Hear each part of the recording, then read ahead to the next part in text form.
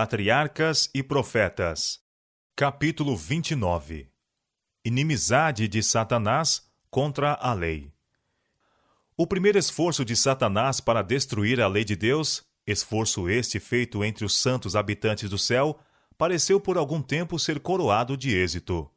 Grande número de anjos foram seduzidos, mas o triunfo aparente de Satanás redundou em derrota e perda, separação de Deus e banimento do céu. Quando se renovou o conflito na terra, Satanás de novo alcançou uma aparente vantagem. Pela transgressão, o homem se tornou seu escravo, e o reino do homem também foi entregue nas mãos do maioral dos rebeldes. Parecia agora aberto o caminho para Satanás estabelecer um reino independente e desafiar a autoridade de Deus e de seu Filho. Mas o plano da salvação possibilitou ao homem ser de novo trazido à harmonia com Deus e prestar obediência à sua lei, e tanto ao homem como à terra serem finalmente redimidos do poder do maligno. Foi outra vez derrotado Satanás, e outra vez recorreu ao engano, na esperança de converter sua derrota em vitória. Para suscitar a rebelião na raça decaída, representou agora a Deus como injusto por ter permitido ao homem transgredir a sua lei. Por quê, disse o ardiloso tentador, permitiu Deus que o homem fosse posto à prova, para pecar e trazer a miséria e a morte, quando ele sabia qual seria o resultado? E os filhos de Adão, esquecidos da longânima misericórdia que concedera ao homem outra prova, não tomando em consideração o sacrifício admirável e terrível que sua rebelião custara ao Rei do Céu, deram ouvidos ao tentador e murmuraram contra o único ser que os podia salvar do poder destruidor de Satanás. Milhares existem hoje repercutindo a mesma queixa revoltosa contra Deus. Não veem que o despojar o homem da liberdade de escolha seria privá-lo de sua prerrogativa de um ser inteligente e fazer dele um mero autômato. Não é propósito de Deus coagir a vontade. O homem foi criado como um ser moral livre. Como os habitantes de todos os outros mundos, devia ser sujeito à prova da obediência, mas nunca é levado a uma posição tal em que render-se ao mal se torne coisa forçosa. Nenhuma tentação ou prova se permite vir àquele que é incapaz de resistir. Deus nos proveu de tão amplos recursos que o homem jamais ter-se-ia encontrado na contingência de ser derrotado no conflito com Satanás. Aumentando-se os homens sobre a terra, quase o mundo todo se uniu às fileiras da rebelião. Mais uma vez, pareceu Satanás haver ganho a vitória. Mais uma vez, porém, a onipotência suprimiu a operação da iniquidade, e a terra foi pelo dilúvio purificada de sua contaminação moral. Diz o profeta: havendo os teus juízos na terra, os moradores do mundo aprendem justiça. Ainda que se mostre favor ao ímpio, nem por isso aprende a justiça, e não atenta para a majestade do Senhor. Isaías capítulo 26, versos 9 e 10. Assim foi depois do dilúvio. Livres de seus juízos, os habitantes da terra de novo se rebelaram contra o Senhor. 2 vezes, o concerto de Deus e seus estatutos foram rejeitados pelo mundo.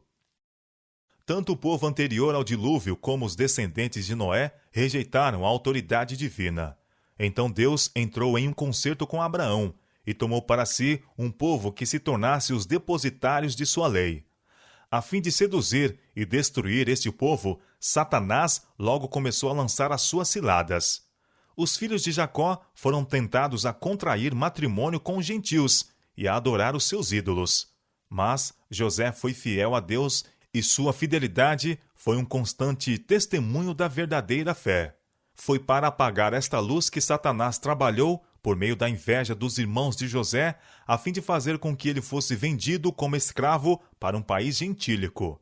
Deus, entretanto, encaminhou os acontecimentos de maneira que o seu conhecimento fosse dado ao povo do Egito. Tanto na casa de Potifar como na prisão, José recebeu uma educação e ensino que, com o temor de Deus, o prepararam para sua elevada posição de primeiro-ministro da nação. Do palácio dos faraós foi sentida a sua influência por todo o país, e o conhecimento de Deus propagou-se larga e extensamente. Os israelitas no Egito também se tornaram prósperos e ricos, e enquanto foram fiéis a Deus, exerceram dilatada influência. Os sacerdotes idólatras ficaram alarmados ao verem a nova religião alcançar favor. Inspirados por Satanás, com a inimizade desse para com Deus do céu, aplicaram-se a apagar a luz. Aos sacerdotes era confiada a educação do herdeiro do trono, e era este espírito de decidida oposição a Deus e de zelo pela idolatria o que modelava o caráter do futuro monarca, e determinou crueldade e opressão para com os hebreus. Durante os 40 anos que se seguiram à fuga de Moisés do Egito, a idolatria pareceu ter vencido. Ano após ano, as esperanças dos israelitas tornavam-se mais débeis. Tanto o rei como o povo exultavam em seu poderio e zombavam do Deus de Israel. Este espírito desenvolveu-se até que culminou no faraó que foi enfrentado por Moisés. Quando o chefe hebreu chegou perante o rei com uma mensagem do Senhor Deus de Israel, não foi a ignorância acerca do verdadeiro Deus, senão o desafio ao seu poder, o que inspirou a resposta: Quem é o Senhor, cuja voz eu ouvirei? Não conheço o Senhor. De princípio a fim, a oposição de Faraó ao mando divino não foi o resultado da ignorância, mas do ódio e desafio. Posto que os egípcios houvessem durante tanto tempo rejeitado o conhecimento de Deus, o Senhor ainda lhes deu oportunidade para o arrependimento. Nos dias de José, o Egito fora um abrigo para Israel. Deus fora honrado pela bondade manifesta a seu povo. E agora, aquele ser longânimo, tardio em iras e cheio de compaixão, deu a cada juízo prazo para realizar a sua obra. Os egípcios, recebendo maldição por meio dos mesmos objetos que adoravam, tiveram prova do poder de Jeová, e todos os que quisessem poderiam sujeitar-se a Deus e escapar de seus juízos.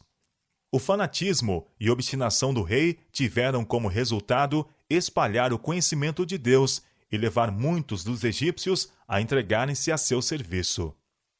Foi porque os israelitas estivessem tão dispostos a unir-se com os gentios e imitar-lhes a idolatria que Deus lhes permitiu descerem ao Egito, onde a influência de José era largamente sentida, e onde as circunstâncias lhe eram favoráveis para permanecerem como um povo distinto. Ali também a grosseira idolatria dos egípcios e sua crueldade e opressão durante a última parte da peregrinação dos hebreus devia ter inspirado neles a aversão à idolatria e os devia ter levado a fugir para o Deus de seus pais em busca de refúgio.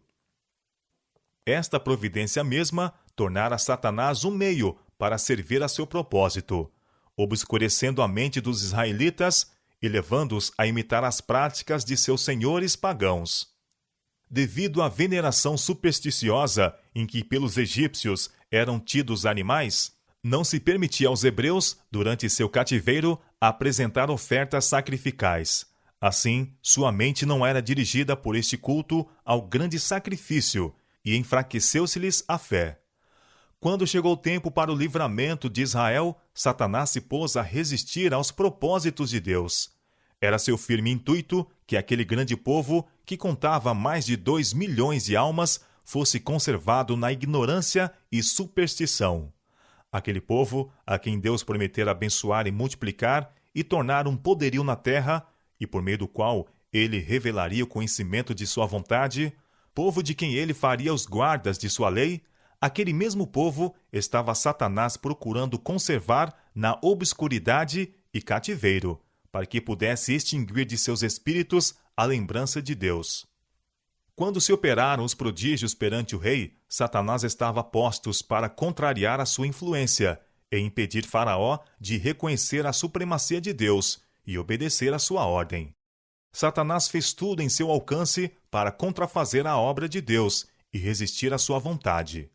O único resultado foi preparar o caminho para maiores exibições de poder e glória divinos e tornar mais visíveis, tanto para israelitas como para todo o Egito, a existência e soberania do Deus verdadeiro e vivo. Deus libertou Israel com grandiosas manifestações de seu poder, e com juízos sobre todos os deuses do Egito. Tirou dali o seu povo com alegria e os seus escolhidos com regozijo, para que guardassem os seus preceitos e observassem as suas leis. Salmo capítulo 105, versos 43 a 45. Ele os livrou de seu estado servil, para que os pudesse levar a uma terra boa, terra esta que, em sua providência, lhes fora preparada como refúgio de seus inimigos, onde pudessem habitar sobre a sombra de suas asas. Ele os levaria para si mesmo, e os cingiria em seus eternos braços, e em troca de toda a sua bondade e misericórdia para com eles, exigia-se-lhes que não tivessem outros deuses diante dele, o Deus vivo, e exaltassem seu nome e o fizessem glorioso na terra. Durante o cativeiro no Egito, muitos israelitas haviam perdido, em grande parte, o conhecimento da lei de Deus, e misturaram seus preceitos com costumes e tradições gentílicos. Deus os levou ao Sinai, e ali de viva voz declarou sua lei. Satanás e anjos maus estavam a postos. Mesmo enquanto Deus estava a proclamar a lei a seu povo, Satanás achava-se a tramar no intuito de tentá-los a pecar. Deste povo que Deus escolhera, ele queria apoderar-se, em presença mesmo do céu. Conduzindo-os à idolatria, destruiria a eficácia de todo o culto, pois como poderá o homem elevar-se adorando o que não é mais elevado do que ele próprio, e que pode ser símbolo de sua própria mão? Se o homem pudesse tornar-se tão cego ao poder, majestade e glória do Deus infinito, que o representasse por uma imagem esculpida, ou mesmo por um quadrúpede ou réptil, se pudesse de tal maneira esquecer-se de sua própria relação para com a divindade, formado como ele é, à imagem de seu Criador, que se prostrasse ante esses objetos repelentes e inanimados, estaria aberto então o caminho para a detestável licenciosidade. As más paixões do coração estariam desenfreadas, e Satanás teria amplo domínio. Junto mesmo do Sinai, Satanás começou a executar seus planos para subverter a lei de Deus, levando assim avante a mesma obra que iniciara no céu. Durante os 40 dias em que Moisés se achava no monte, com Deus, Satanás esteve ocupado provocando dúvida, apostasia e rebelião. Enquanto Deus escrevia sua lei, a fim de ser confiada ao seu povo do concerto, os israelitas, negando sua fidelidade para com Jeová, estavam a pedir deuses de ouro.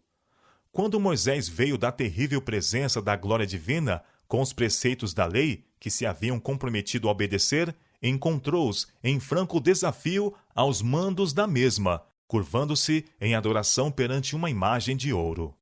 Levando Israel a este ousado insulto e blasfêmia dirigidos a Jeová, Satanás planejara efetuar a sua ruína. Visto que se mostraram tão completamente degradados, tão insensíveis aos privilégios e bênçãos que Deus lhe oferecera, e aos seus próprios compromissos solenes e repetidos de fidelidade, o Senhor se divorciaria deles, acreditava ele, e os votaria à destruição. Assim se asseguraria a extinção da descendência de Abraão, aquela descendência da promessa que deveria preservar o conhecimento do Deus vivo e por meio do qual ele deveria vir, a saber, a verdadeira semente, a qual deveria vencer Satanás. O grande rebelado havia projetado destruir Israel e assim transtornar o propósito de Deus. Mas de novo foi derrotado. Por pecador que fosse, o povo de Israel não foi destruído. Enquanto aqueles que obstinadamente se dispuseram ao lado de Satanás foram extirpados, o povo, humilhado e arrependido, foi misericordiosamente perdoado.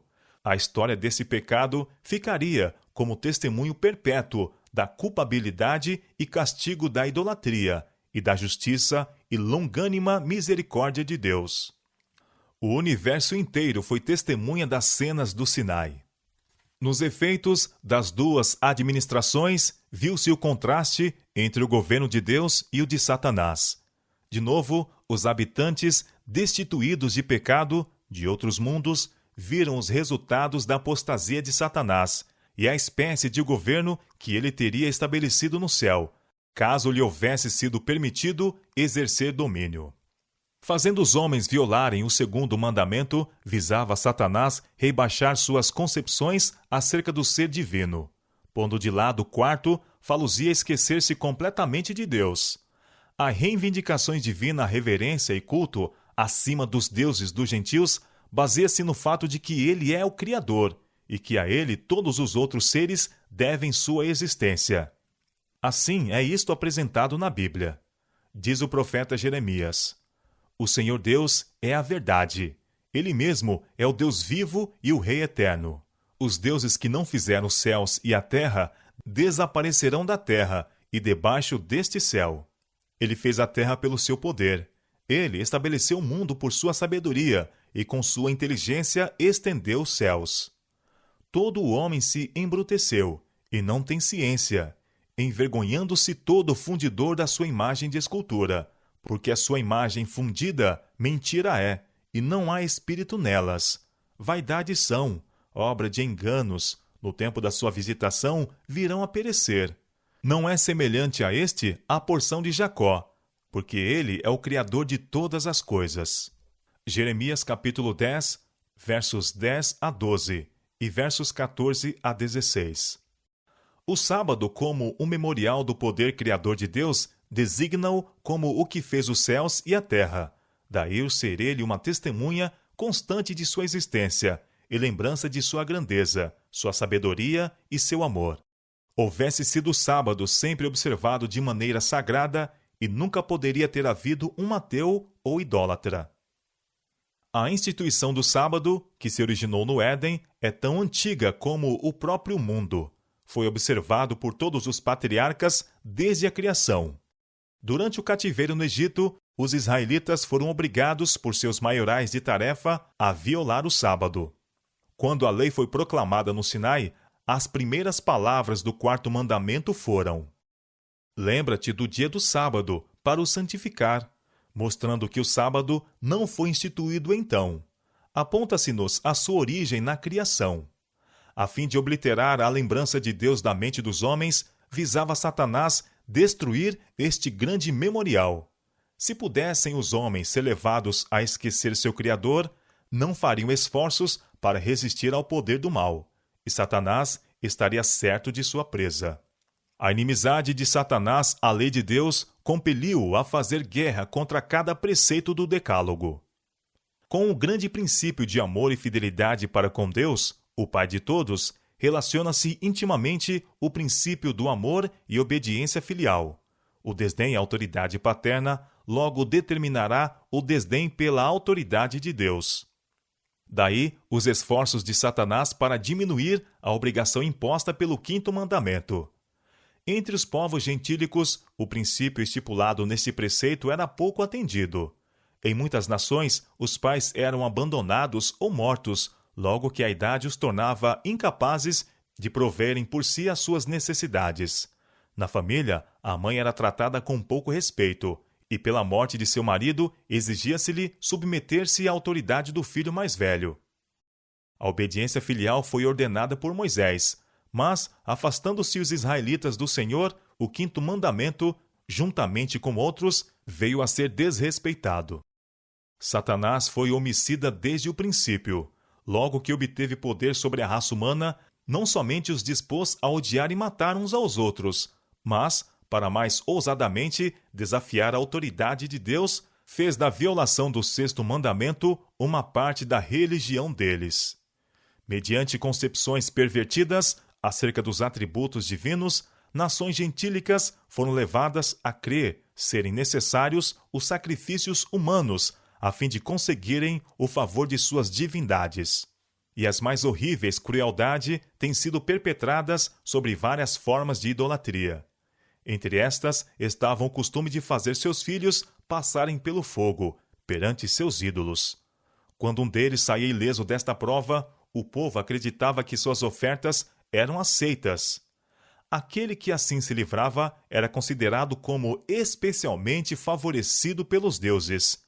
Era acumulado de benefícios e, a seguir, sempre tido em grande estima. E por mais graves que fossem os seus crimes, nunca era punido. Mas se acontecesse ser algum queimado ao passar pelo fogo, estaria selada a sua sorte. Acreditava-se que a ira dos deuses podia ser aplacada unicamente tirando a vida da vítima. E era ela, de acordo com isto, oferecida em sacrifício. Em tempos de grande apostasia, prevaleceram estas abominações, até certo ponto, entre os israelitas. A violação do 7º mandamento cedo também foi praticada em nome da religião. Os mais licenciosos e abomináveis ritos foram incluídos como parte do culto gentílico. Os próprios deuses eram representados como impuros e seus adoradores davam rédeas soltas às suas vis paixões. Prevaleciam vícios contra a natureza e as festas religiosas eram caracterizadas por uma franca e geral impureza. A poligamia foi praticada em época primitiva. Foi um dos pecados que acarretaram a ira de Deus sobre o mundo antediluviano. Todavia, depois do dilúvio, tornou-se novamente muito espalhada. Era o esforço calculado de Satanás perverter a instituição do casamento, a fim de enfraquecer as obrigações próprias à mesma e diminuir a sua santidade. Pois de nenhuma outra maneira poderia ele, com maior certeza, desfigurar a imagem de Deus no homem e abrir as portas à miséria e ao vício. Desde o início do grande conflito, tem sido o propósito de Satanás representar mal o caráter de Deus e provocar a rebelião contra sua lei. E esta obra parece ser coroada de êxito. As multidões dão ouvidos aos enganos de Satanás e dispõem-se contra Deus. Mas, em meio da operação do mal, os propósitos de Deus avançam perseverantemente ao seu cumprimento. A todos os seres criados está ele a tornar manifestas sua justiça e benevolência. Por meio das tentações de Satanás, o gênero humano todo se tornou transgressor da lei de Deus. Mas pelo sacrifício de seu Filho, abriu-se um caminho por onde podem voltar a Deus. Mediante a graça de Cristo, podem habilitar-se a prestar obediência à lei do Pai. Assim, em todos os séculos, do meio da apostasia e rebelião, Deus reúne um povo que lhe é fiel, povo em cujo coração está a sua lei. Foi por meio do engano que Satanás seduziu os anjos. Dessa forma, tem ele em todos os tempos levado avante sua obra entre os homens, e continuará com esta maneira de agir até ao fim. Declarasse ele abertamente achar-se a guerrear contra Deus e sua lei, e os homens estariam acautelados. Ele, porém, se disfarça e mistura a verdade com o erro. As mais perigosas falsidades são as que se encontram misturadas com a verdade. É assim que se recebem erros que cativam e arruinam a alma. Por este meio, Satanás leva o mundo consigo. Aproxima-se, porém, o dia em que seu triunfo para sempre se finalizará. O trato de Deus com a rebelião terá como resultado desmascarar completamente a obra que durante tanto tempo se tem continuado encobertamente. Os resultados do governo de Satanás, os frutos de se porem de lado os estatutos divinos, serão patenteados a todas as inteligências criadas. A lei de Deus ficará inteiramente reivindicada. Ver-se-á que todo o trato de Deus foi orientado com referência ao bem eterno de seu povo e ao bem de todos os mundos que ele criara. O próprio Satanás, na presença do universo como testemunha, confessará a justiça do governo de Deus e a retidão de sua lei. Não muito longe está o tempo em que Deus se levantará a fim de reivindicar sua autoridade insultada. O Senhor sairá do seu lugar para castigar os moradores da terra por causa da sua iniquidade. Isaías capítulo 26, verso 21. Mas quem suportará o dia da sua vinda? E quem subsistirá quando ele aparecer? Malaquias capítulo 3, verso 2. Ao povo de Israel, por causa de sua pecaminosidade, foi vedado aproximar-se do monte, quando Deus estava para descer sobre ele e proclamar sua lei. Não acontecesse que fossem consumidos pela ardente glória de sua presença. Se tais manifestações do poder de Deus assinalaram o local escolhido para a proclamação de sua lei, quão terrível deverá ser o seu tribunal quando ele vier para a execução destes estatutos sagrados. Como suportarão sua glória no grande dia da paga final aqueles que conculcaram sua autoridade? Os terrores do Sinai deviam representar ao povo as cenas do juízo. O som de uma trombeta convocou Israel a encontrar-se com Deus. A voz do arcanjo e a trombeta de Deus convocarão, da terra toda, tanto os vivos como os mortos, à presença de seu juiz. O Pai e o Filho, acompanhados por uma multidão de anjos, estavam presentes no monte. No grande dia do juízo, Cristo virá na glória de seu Pai com seus anjos. E ele se assentará então no trono de sua glória, e diante dele reunir-se-ão todas as nações. Quando a presença divina se manifestou no Sinai, a glória do Senhor era como fogo devorador à vista de todo Israel. Mas quando Cristo vier em glória, com seus santos anjos, a terra toda será grandemente iluminada com a terrível luz de sua presença. Virá o nosso Deus e não se calará. Adiante dele, um fogo irá consumindo, e haverá grande tormenta ao redor dele. Chamará os céus do alto e a terra para julgar o seu povo. Salmo capítulo 50, versos 3 e 4. Uma torrente abrasada manará e sairá de diante dele, a qual fará com que os elementos se derretam com intenso calor, e a terra, bem como as obras que nela há, se queimarão. Manifestar-se-á o Senhor Jesus desde o céu com os anjos do seu poder, com labareda de fogo, tomando vingança dos que não conhecem a Deus e dos que não obedecem ao Evangelho. 2 Tessalonicenses capítulo 1, versos 7 e 8. Nunca, desde que o homem foi criado, se testemunhou uma manifestação de poder divino como a que houve quando a lei foi proclamada do Sinai. A terra abalava-se e os céus destilavam perante a face de Deus. O próprio Sinai tremeu na presença de Deus, o Deus de Israel. Salmo 68, verso 8. Por entre as mais tremendas convulsões da natureza, a voz de Deus, semelhante a uma trombeta, foi ouvida da nuvem.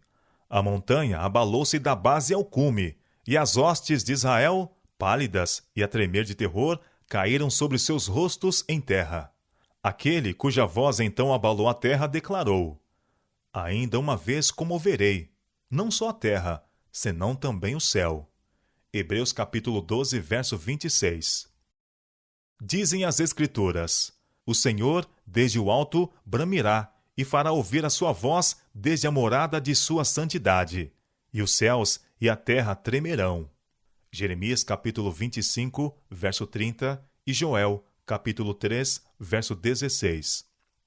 Naquele grande dia vindouro, o próprio céu se afastará, como um livro que se enrola, e todo monte e ilha mover-se-ão de seus lugares. De todo vacilará a terra como ébrio, e será movida e removida como a choça de noite. E a sua transgressão se agravará sobre ela, e cairá, e nunca mais se levantará. Isaías capítulo 24, verso 20.